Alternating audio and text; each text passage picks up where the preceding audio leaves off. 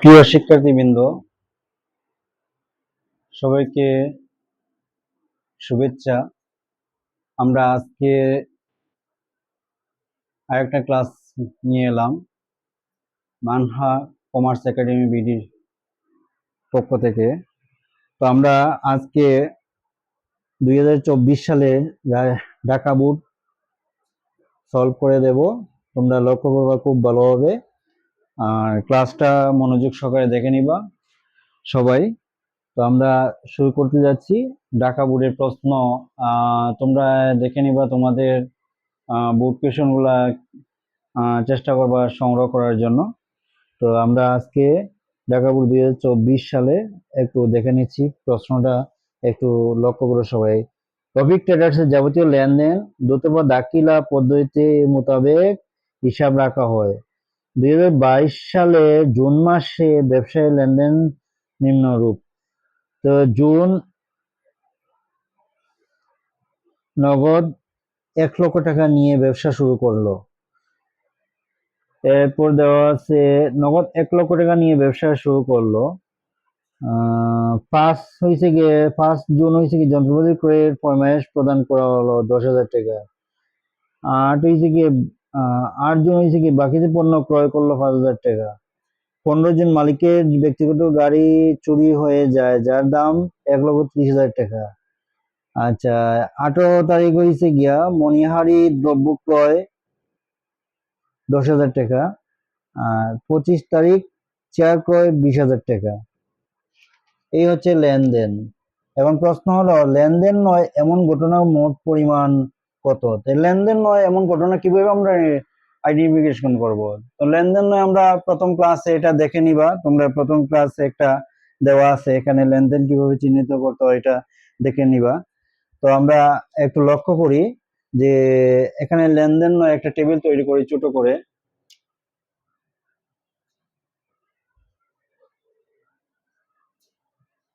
Board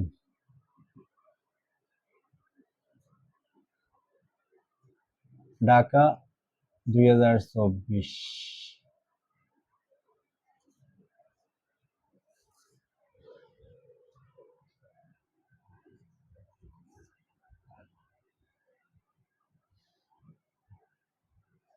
লেনদেন নয় এর পরিমাণ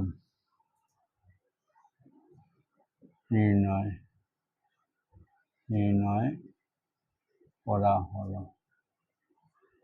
টেবিল তৈরি করে নেই ছোট করে।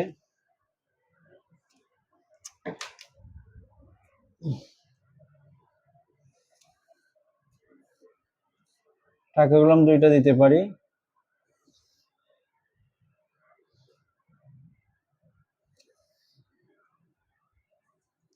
তারিখ বিবরণ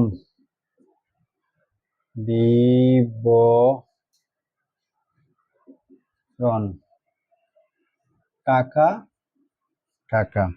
তো আমরা লেনদেন নয় দেখে নেই কোনগুলা।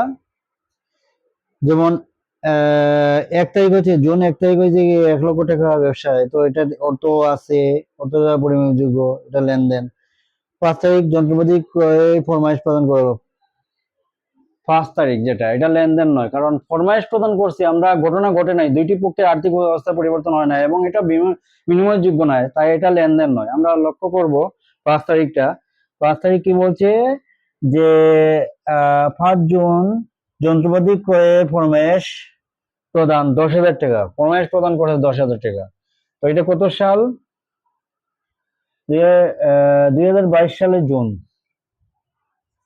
2022 জুন 5।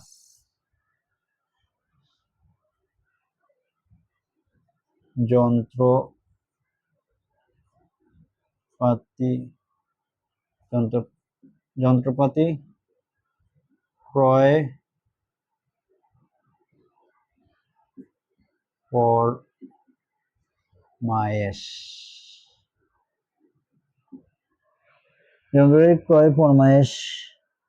ফরমায়েশ প্রদান, ফরমায়েশ প্রদান। কত কত টাকা? 10,000 টাকা।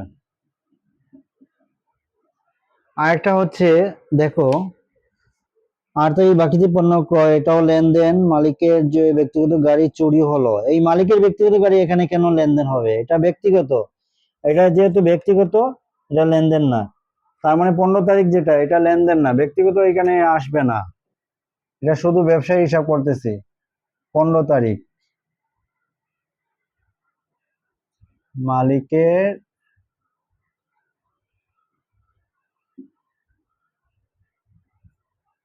ব্যক্তিগত গাড়ি চুরি, কত টাকা? 1,30,000 টাকা।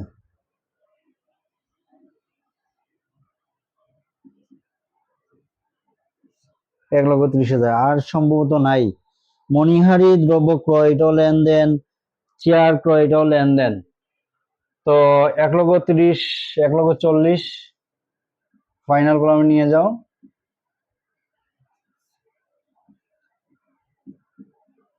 1,40,000 মোট পরিমাণ,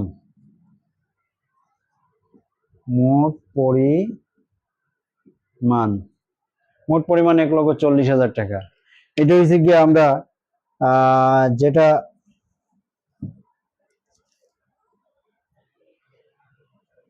লেনদেনের এমন পরিমাণ, এমন ঘটনার পরিমাণগুলো নির্ণয় করলাম। পরিমাণ। এরপর দেখো দ্বিতীয় নম্বর প্রশ্ন কি বলছে, উপরোক্ত লেনদেন গুলোর কারণ সহ ডেবিট ক্রেডিট নির্ণয় করো। তো কারণ সহ ডেবিট ক্রেডিট নির্ণয় করা এটা কোনো ইয়ে না, এমন কোনো বিষয় না। তো আমরা ডেবিট ক্রেডিট ওই যে জাবেদা দিয়ে দেব, কারণটা দিয়ে দেব। জাবেদার গড় তো সবাই জানো।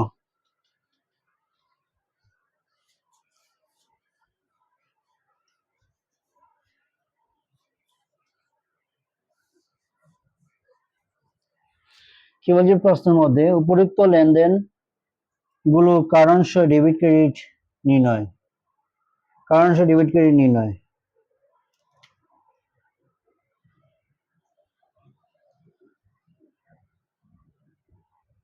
নম্বর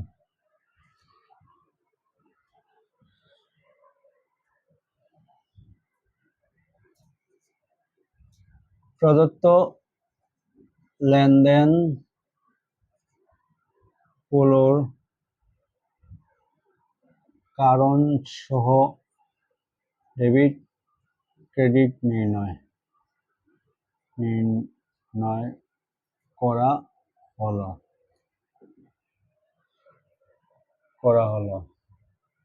আমরা টেবিল তৈরি করি।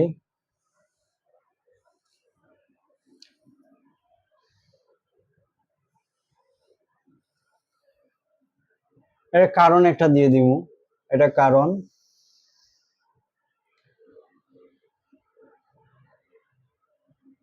এটা টাকা দিতে পারি,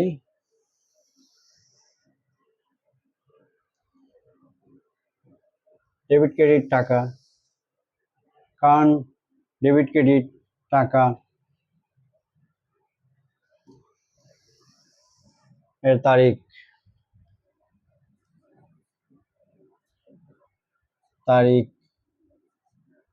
বিবরণ, ডেবিট টাকা, ক্রেডিট টাকা, কারণ।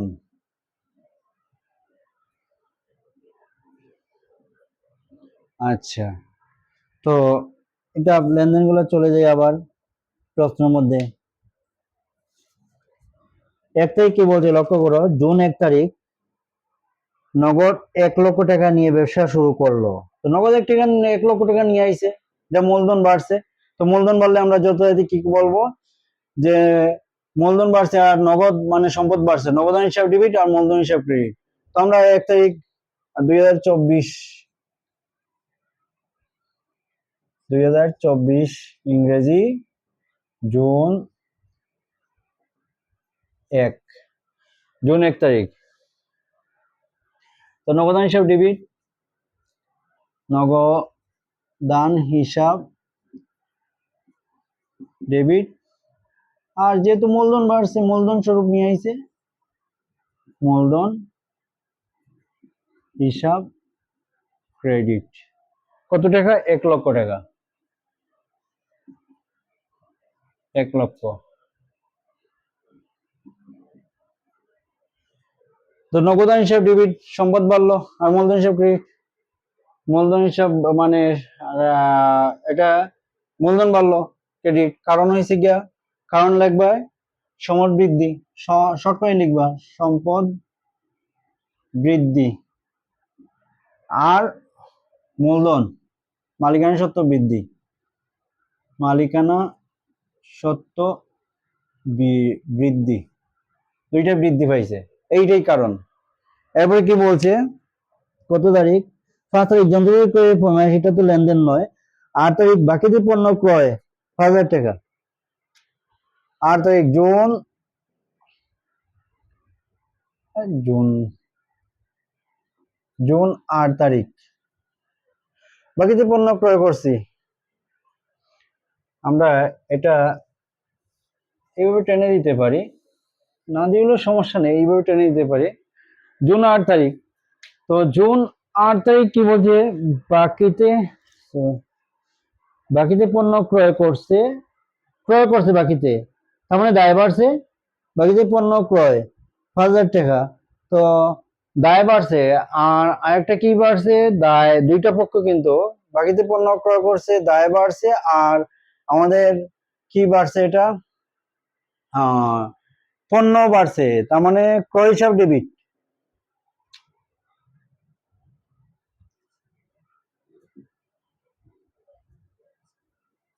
ক্রয় হিসাব ডেবিট। আর যেহেতু দায় বাড়ছে, দায়টা কি? প্রদেয় বা পাওনাদার। আমরা একটাই বলবো, যে কোনো একটার মধ্যে, দুইটার মধ্যে একটা। পাওনাদার হিসাব ক্রেডিট। কত টাকা? 5,000 টাকা।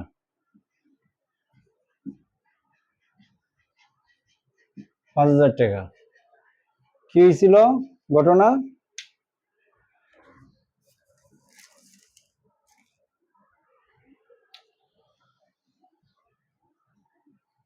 ব্যয় বৃদ্ধি।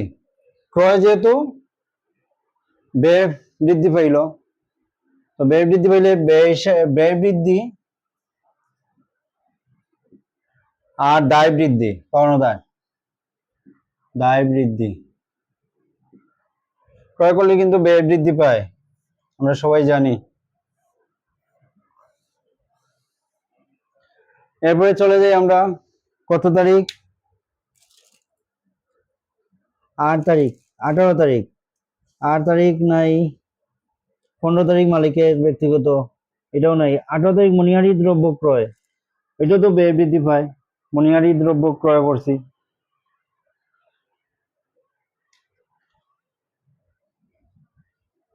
জুন 18।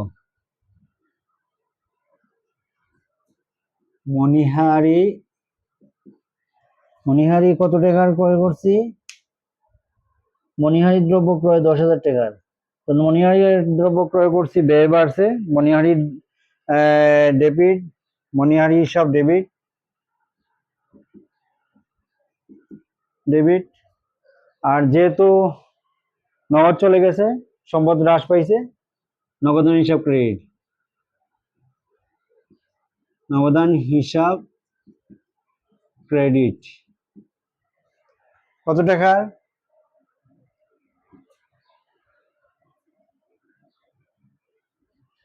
টাকা কত আছিল? 18 তারিখ 10,000 টাকা।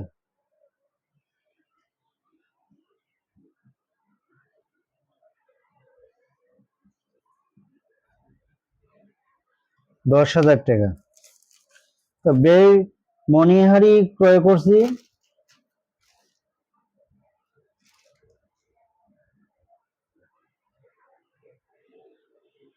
তো ব্যয় বৃদ্ধি পাইছে। তার মানে ব্যয় বৃদ্ধি পাইলে কি হয়? ব্যয় বৃদ্ধি, আর কারণটা হয়েছে কি নগদান সম্পদ হ্রাস, সম্পদ হ্রাস।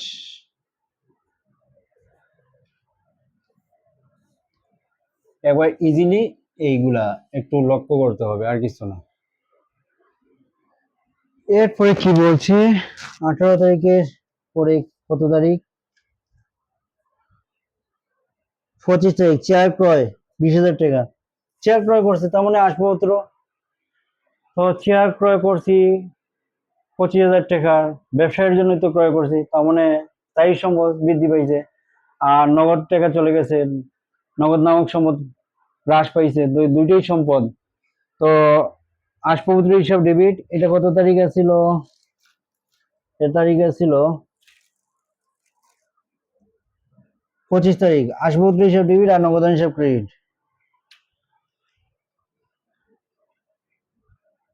জুন 25,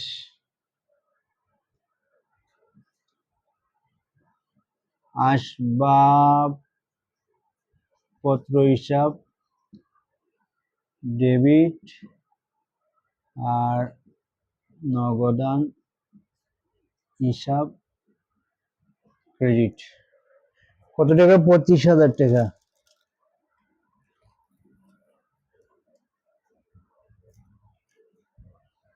20,000 টাকা, 20,000 টাকা।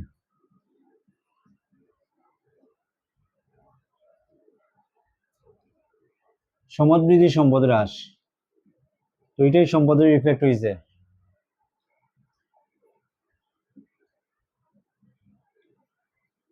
সম্পদ হ্রাস। এই হলো তোমাদের সমাধান। এরপরে কি বলছে, গ নম্বরে বলছে উপরোক্ত লেনদেনের মাধ্যমে প্রমাণ করে যে এ ইকুয়াল এল প্লাস ই। এল প্লাস ই না দিয়ে ওই দেওয়া উচিত ছিল, কারণ ই বলতে এক্সপেন্স বোঝাতে পারে, তার মানে ওই ওনার সিকিউরিটি, তার মানে হিসাব সমীকরণের প্রভাবটা দেখানোর কথা বলছে। এটা আমরা বুঝতে হবে। হিসাব সমীকরণ, তো হিসাব সমীকরণ করতে হলে আমরা এর সম্পদ কয়টা আছে এখানে দেখো, নগদান সম্পদ একটা, নগদান একটাই সম্পদ, আসবাবপত্র দুইটা সম্পদ, সম্পত্তির গড় দুইটা হবে, আসবাব আর নগদান।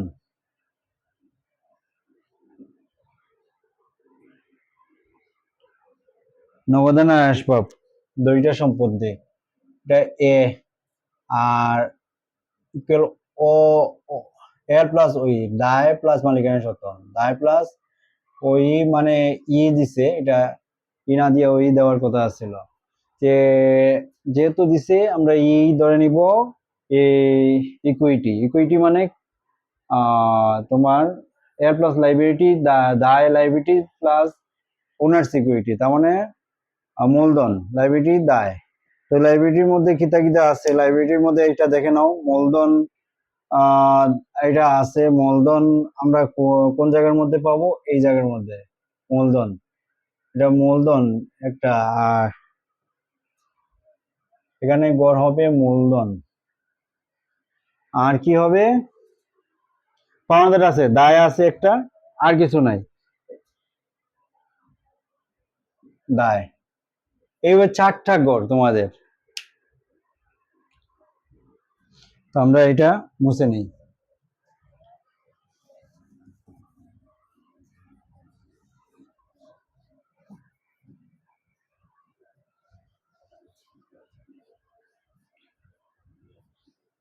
তোমাদের সমস্যা যদি বুঝতে সমস্যা হয়, তুমি কমেন্টে জানিয়ে দিবা, আমি ইনশাল্লাহ পরবর্তী ক্লাসে চেষ্টা করব এই সমস্যা সমাধান করার।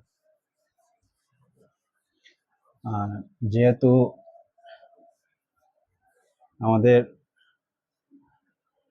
ডিজিটাল বোর্ড নাই, হোয়াইট বোর্ডে পড়াইতেছি, একটু সমস্যা হতে পারে, একটু ক্লিয়ারলি বোঝার চেষ্টা করবা।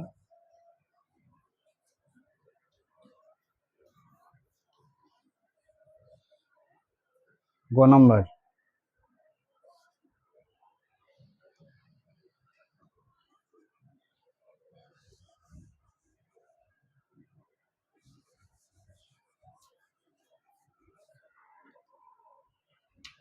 এটা হচ্ছে গ। কি বলছিল আমরা প্রশ্নের মধ্যে কি বলছিল? উপযুক্ত লেনদেন সমূহের মাধ্যমে প্রমাণ করে যে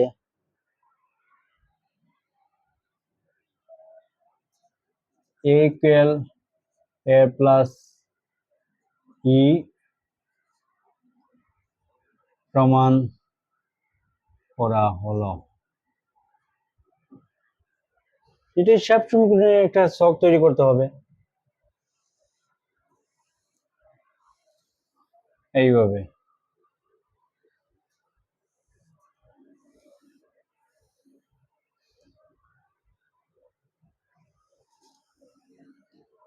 হুম,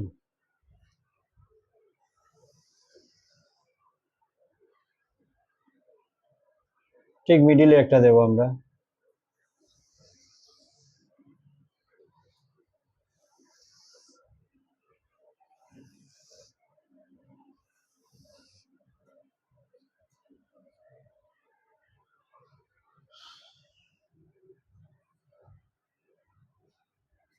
তারিখ,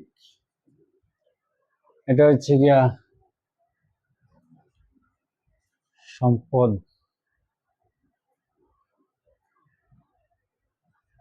এ, দায় প্লাস মালিকানা সত্ত্ব, মালিকানা সত্ত্ব এ প্লাস ই, তারা যা দিছে তাই আমরা দেব, ওই না দিয়ে ই। আচ্ছা, সম্পদ কয়টা আছে? নগদান, নগদান আর আসবাবপত্র, আসবাবপত্র। আর এখানে কি আছে? দায়, দায়ের মধ্যে পাওনাদার,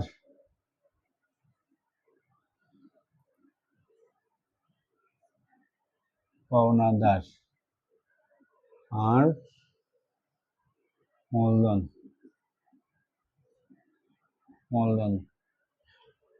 এটা হচ্ছে রিমার্কস মানে মন্তব্য,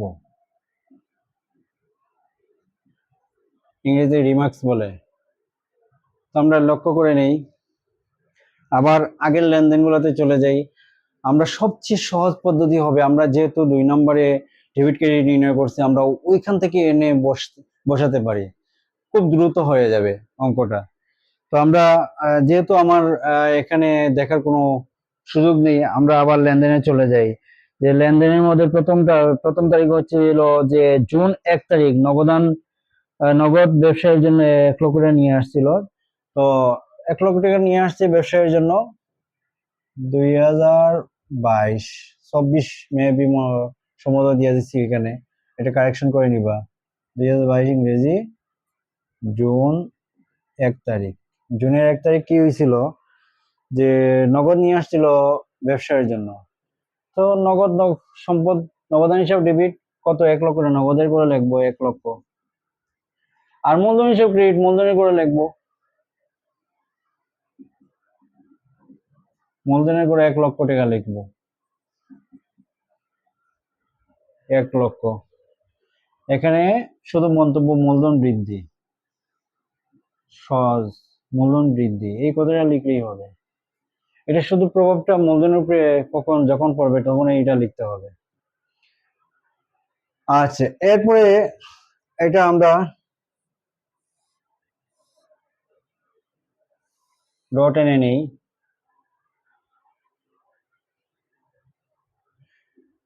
1 তারিখের পরে কত তারিখ আছিল? 8 তারিখ। 8 তারিখ কি হয়েছিল? 8 তারিখে ছিল বাকিতে পণ্য ক্রয় 5,000 টাকা, বাকিতে পণ্য ক্রয় করছি, তো ব্যয় বাড়ছে, তো ক্রয় হিসাব ডেবিট। জুন 8, বাকিতে পণ্য ক্রয় করছি, ক্রয় হিসাব ডেবিট। আর নগদান বাকিতে যেহেতু ক্রয় বাড়ছে, ক্রয় বাড়লে কি হয়? মূলধন থেকে হ্রাস পাবে ব্যয় বাড়লে। তাই কত টাকা?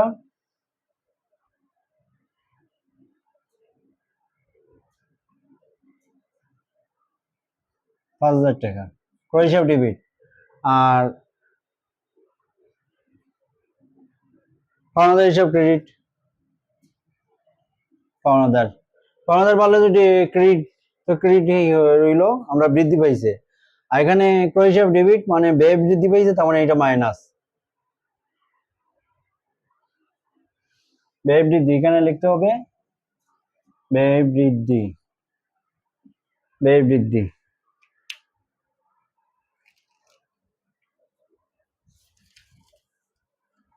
এরপর এটা প্রশ্ন কি আছিল?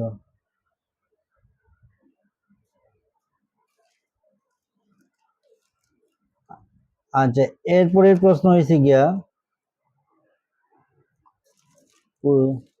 মণিহারি ক্রয় করছে কত টাকা? 10,000 টাকা। 18 তারিখ মণিহারি ক্রয় করছে, মণিহারি দ্রব্য ক্রয় করছে। মণিহারি এটা ব্যয় না, তো মণিহারি যেহেতু ব্যয়,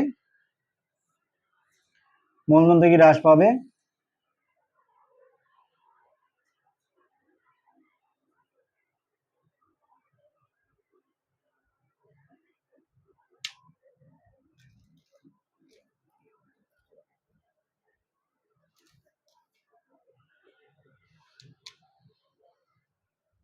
আর নগদ হ্রাস পাবে।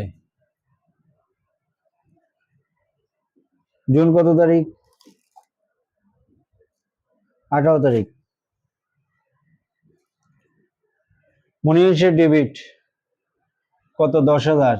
হ্রাস পাইছে মূলধন 10,000। 10,000ই তো মণিহারি 10,000। আর নগদান হিসাব ক্রেডিট 10,000, এটাও নগদান হিসাব ক্রেডিট, হ্রাস পাইছে। ব্যয় বৃদ্ধি শেষ এটা। এরপরে কি বলছে দেখো, 18 তারিখ পরে কি বলছে? 25 তারিখ আসবাবপত্র ক্রয় করছে কত টাকার? 20,000 টাকা।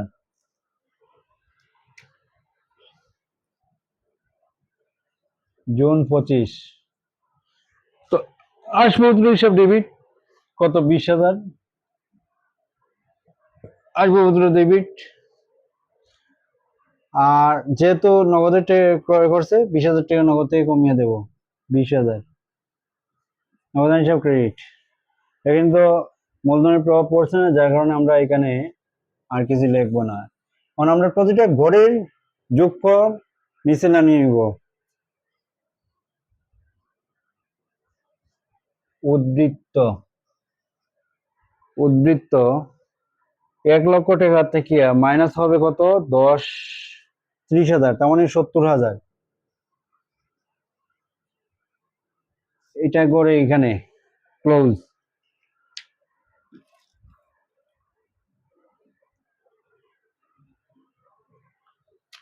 এরপরে এখানে 20,000 টাকা, আর কিছু নাই, প্লাস মাইনাস করার দরকার নাই। এখানে 15,000 টাকা, প্লাস মাইনাস করার কোনো সুযোগ নাই। এরপরে দেখো এখানে প্লাস মাইনাস আছে 1 লক্ষ টাকা। আমরা মূলধন 1 লক্ষ টাকা ছিল, আর হ্রাস পাইছে দুইটা 15,000। 1 লক্ষ টাকা 15,000 মাইনাস হইলে 85,000। তোমরা ক্যালকুলেশন করে নিবা, আমি কিন্তু মুখে মুখে বলছি।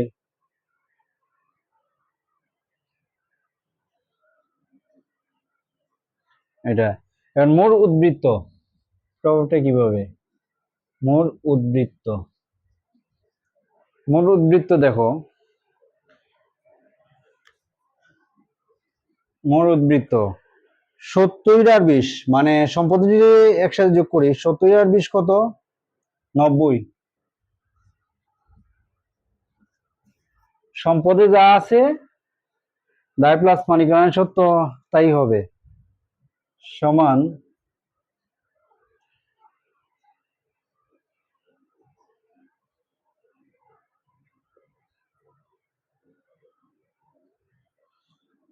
সমান কত?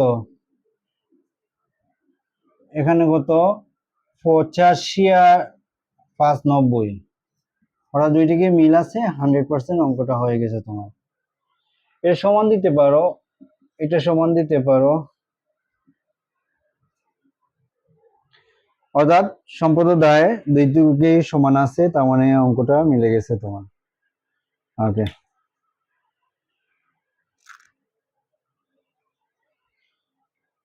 তো আশা করি বুঝতে পারছো। আর কোথাও যদি সমস্যা হয় আমরা কমেন্টে জানিয়ে দিবা, ইনশাল্লাহ আমরা চেষ্টা করব। সেই পর্যন্ত ভালো থাকবা, সুস্থ থাকবা, আর বাকি ক্লাসগুলো দেখার আমন্ত্রণ জানিয়ে এখানেই আজকের মতো বিদায় নিচ্ছি। আল্লাহ হাফেজ।